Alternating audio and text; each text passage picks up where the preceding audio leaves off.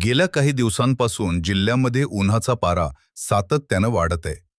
वाढत्या उष्णतेमुळे आरोग्यावर विपरीत परिणाम होण्याची शक्यता लक्षात घेऊन आरोग्य विभागाच्या वतीनं जनतेला खबरदारी घेण्याचं आवाहन केले आहे. उष्माघात टाळण्यासाठी नागरिकांनी प्रशासनानं दिलेल्या मार्गदर्शक सूचनांचं पालन करावे असे आवाहन आरोग्य विभागामार्फत करण्यात आले आहे. प्रचंड उष्णतेमुळे शरीरातील पाण्याचं प्रमाण कमी होऊन खालील समस्या जाणवू शकतात.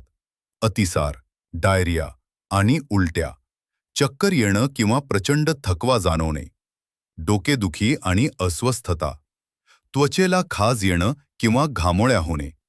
उष्माघात हा अत्यंत गंभीर प्रकार असून यात शरीराचं तापमान अचानक वाढते आणि रुग्ण बेशुद्ध पडू शकतो. काय करावे? भरपूर पाणी प्या. तहान लागलेली नसली तरीही दिवसातून किमान 3 ते 4 लिटर पाणी प्या. घराबाहेर पडताना काळजी.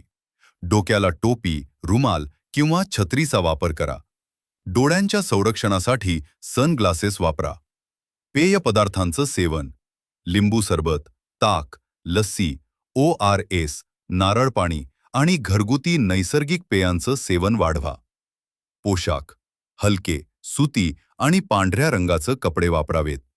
आहार आहारात काकडी, टरबूज, द्राक्ष यांसारख्या पाण्याचं प्रमाण जास्त असलेल्या फळांचा समावेश करा. काय टाळावे? दुपारी 12 ते 4 या वेळेत शक्यतो कडक उन्हात बाहेर जाणे टाळा.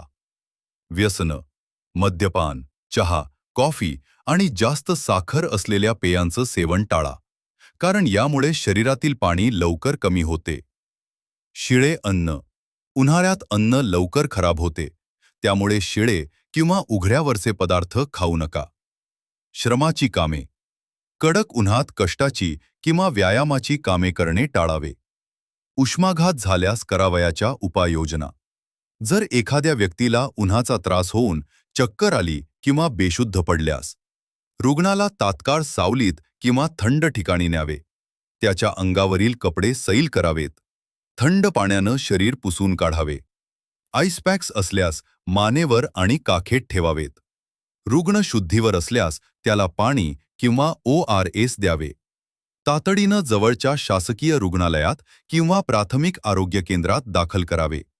विशेष सूचना: लहान मुले, गरोदर महिला आणि ज्येष्ठ नागरिकांनी उष्णतेच्या लाटेत विशेष काळजी घेणं आवश्यक आहे. काहीही त्रास जाणवल्यास घरगुती उपाय करण्यापेक्षा डॉक्टरांचा सल्ला घ्यावा. जिल्हा आरोग्य अधिकारी, जिल्हा परिषद सिंधुदुर्ग.